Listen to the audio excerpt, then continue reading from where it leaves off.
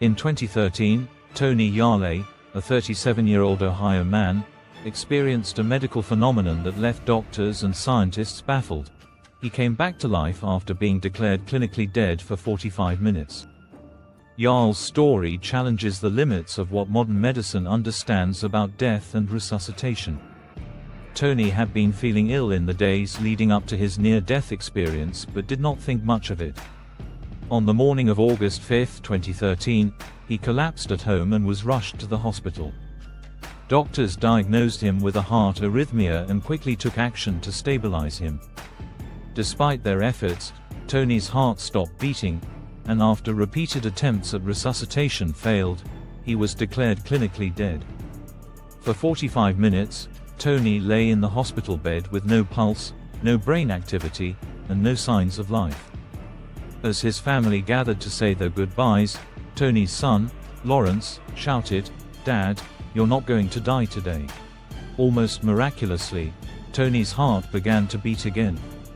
Nurses and doctors rushed back into the room, performing additional measures to stabilize him. Tony was placed on life support, and against all odds, he regained consciousness shortly after. Even more astonishing, he showed no signs of brain damage, despite the extended period without oxygen. Tony's survival defied medical logic. Brain cells typically begin to die within minutes of the heart stopping due to a lack of oxygen, and irreversible damage usually occurs after about 10 minutes. Tony had been without a heartbeat for 45 minutes, making his recovery not only improbable but seemingly impossible. Doctors could offer no concrete explanation for what had happened, labeling his case a medical miracle. In the years since, Tony has spoken about his experience, claiming he had no memory of the time he was dead. He feels grateful for the second chance at life and credits his son's words for bringing him back. Medical experts continue to study cases like Tony's in hopes of better understanding what happens during cardiac arrest and why some people can return from the brink of death without significant damage.